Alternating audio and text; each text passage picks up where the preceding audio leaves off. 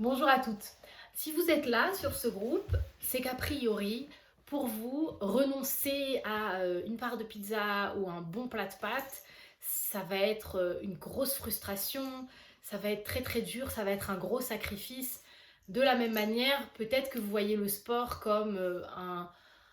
un truc terrifiant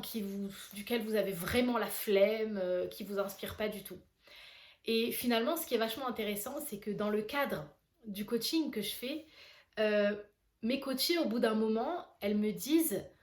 «C'est fou, manger le soir, par exemple, ça me dit plus rien» ou bien «Manger une part de pizza, ça me dit plus rien» parce que j'ai compris, en fait, j'ai intériorisé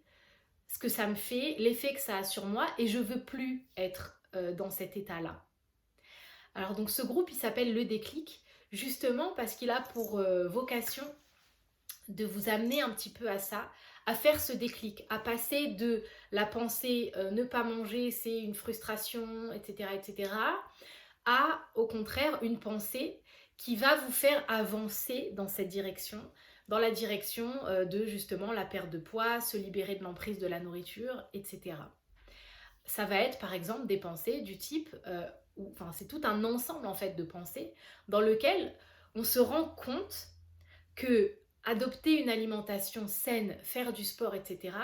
ça nous rend énergique, ça nous fait nous sentir légères, ça a un impact sur tous nos domaines de vie. Et du coup, en fait, une fois qu'on a complètement intériorisé toute cette manière de penser-là,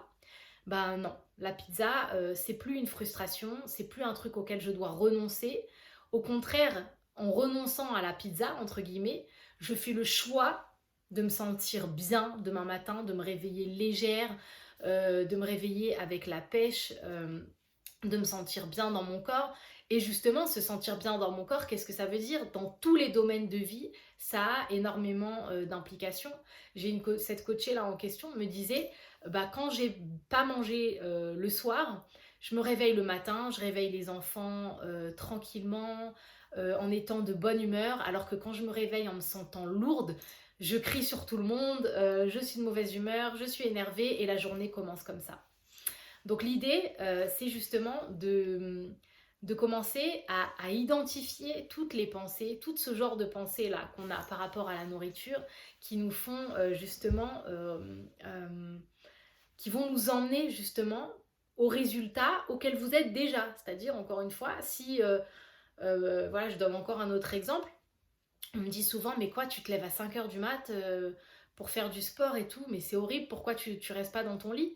Ben non, en fait. Avant, bien sûr que je voyais ça comme ça, moi aussi, et avant, je faisais tout ce que je pouvais pour grappiller le plus possible d'heures de sommeil. Mais là, pareil, j'ai tellement intériorisé le bien que ça me fait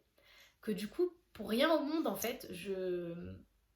refuse, je raterai le fait de me lever tôt le matin pour faire mon sport, etc. Donc encore une fois, l'idée, c'est de prendre conscience, c'est vraiment la première étape, prendre conscience de toutes ces pensées-là qu'on a autour de la nourriture et de toutes les pensées qu'on a autour du sport, autour d'un mode de vie qui est sain. Prendre conscience, les écrire et éventuellement après, dans une deuxième étape, on va pouvoir les reformuler pour adopter des pensées qui sont en accord avec celles qu'on veut devenir. À bientôt.